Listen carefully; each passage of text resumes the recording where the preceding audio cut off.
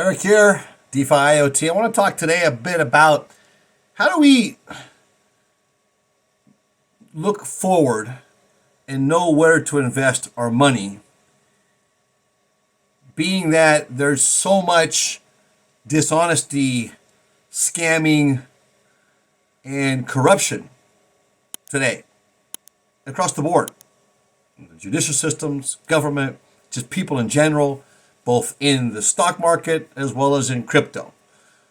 And the 2008 crisis, amongst some other events, have caused a lot of big money, a lot of investors to shy away from higher risk assets and to a large degree because of the complete downfalls that we've had, especially in 2008, and then what took place with the lockdowns and how things just kind of fitted out of control there.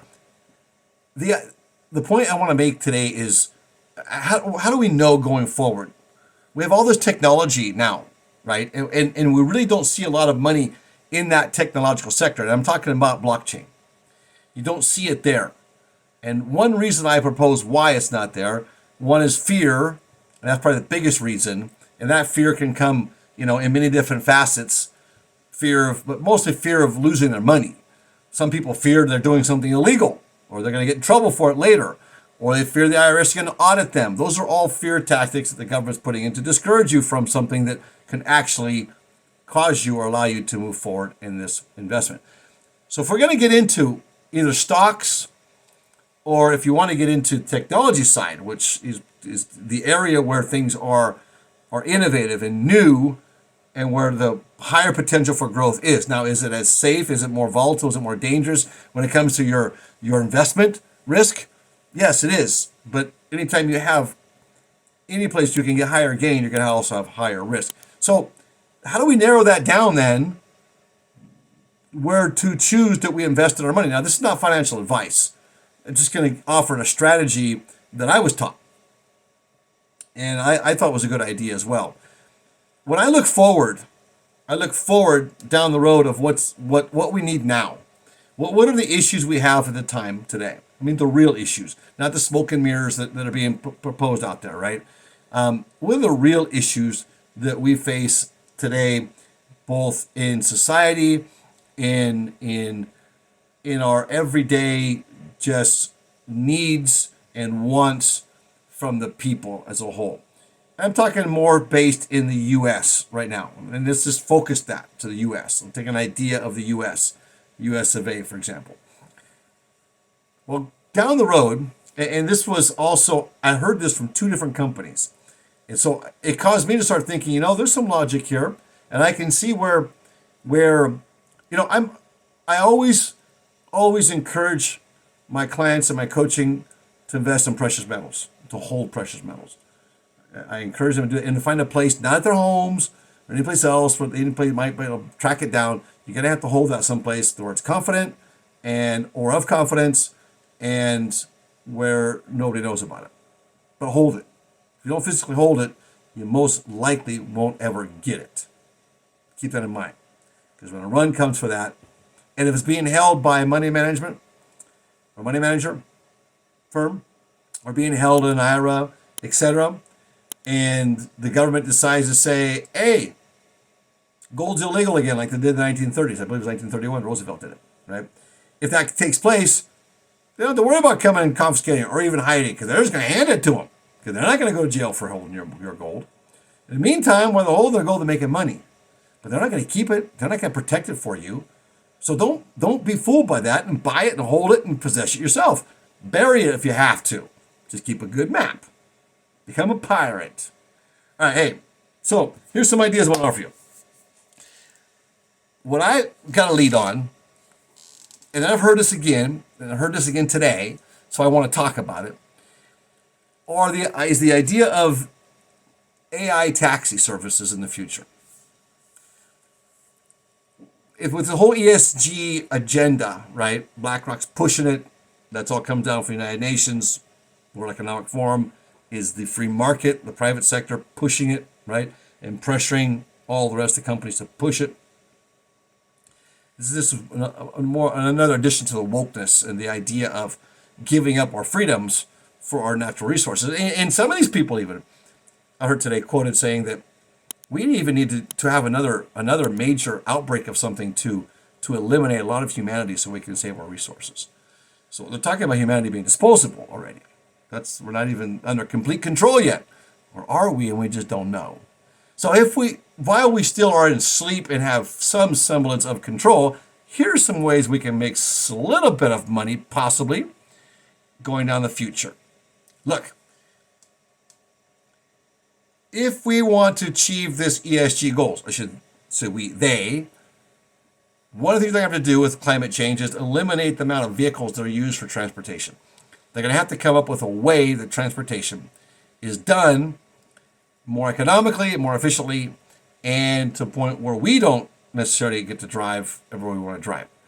So what are 3 areas, right? In other words, if that's going to be the case, then you're going to have certain ways to identify people too, and to have routines of people and where to drop them off and so forth. So there's going to be this huge movement and desire to have this public transportation controlled by the government, and yet done by AI. So what areas would I look into? Taxi services? Taxi service platforms? Well, that would be one area I could look into, but here's a couple I want to offer you. Robotics would be one. 2 would be AI in general, right? The third one's going to be database centers. Let's go through that. Break that down. Start with the last one. Database centers, we know going forward, Web 3.0 are going to be a huge need. I was just reading recently that there are online enough database centers going forward that's going to suck up all the copper, or most of the copper production at its current rate of production in the world over the next 3 to 5 years. Now, copper, by the way, just in the last couple of years, is pretty much doubled in its price from the lockdown era, right? So copper is something that's cheap to get, but yet it's almost like buying into a meme coin.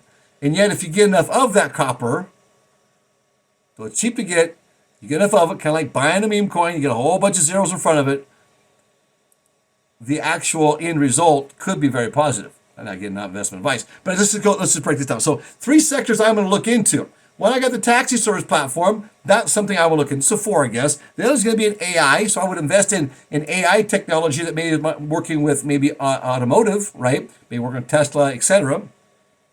So then my robotics, right? My robotics would be also because it's going to be computers, it's going to be robots that are driving the cars.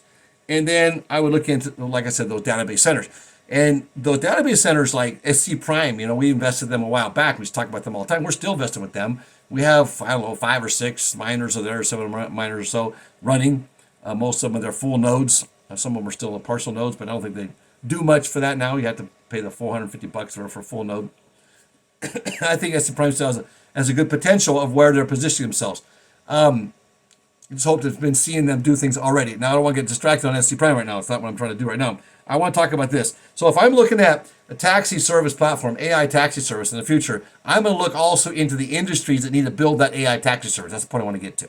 So whatever you think is that need could be something else, right, that falls in line with these agendas. And just look at the 2030 agenda, the 2050 agenda, what they want to achieve and where they want to go with the World Economic Forum.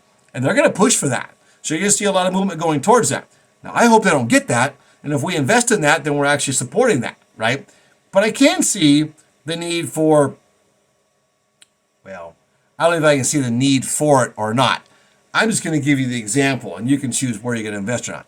Am I currently invested in these? No. Would I invest in some of these? Yeah, I will, to make some money. The thing is that the AI, for example, and to make some money so that I can help also fight against these. Not this, the draconian extremes that these can go to, right? Because in general, having the taxis that are run by robots, I guess maybe it's not a bad idea. But then again, I think I would rather revert back to human conscious. But then again, if we don't have human conscious, if I can't trust a person driving down the road coming at me in the other lane because maybe he decided today he doesn't want to live anymore and wants to take out a family with him, and maybe he recognizes this family of white people or whatever it might be, right?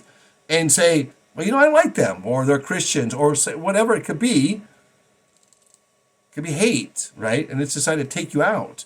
So maybe we're going to get to that point where it might be safer for us to basically, okay, we've gotten so extreme here that we need to have robots drive these cars. That's a scary idea in itself too, because they malfunction, right? There's glitches there. There's glitches in human beings too, but usually not ones that have been driving vehicles for many years. So I'm just going to give you the idea. Whether I like the industry or don't like the industry for what it does to society and what it does politically and what it does for our freedom, whole different video. I'm just giving the idea of what was projected to me, and the concept of looking at the heart of what I want to invest in, but then breaking it down and what is needed to build that, right? And invest in those areas as well as what's needed to build that up. If you like this kind of content, do me a favor, hit the thumbs up down below, hit the subscribe button as well, and stay tuned for our next video here on DeFi IoT. Just trying to help you a little along this way of the rough and rocky road. See you in the next video.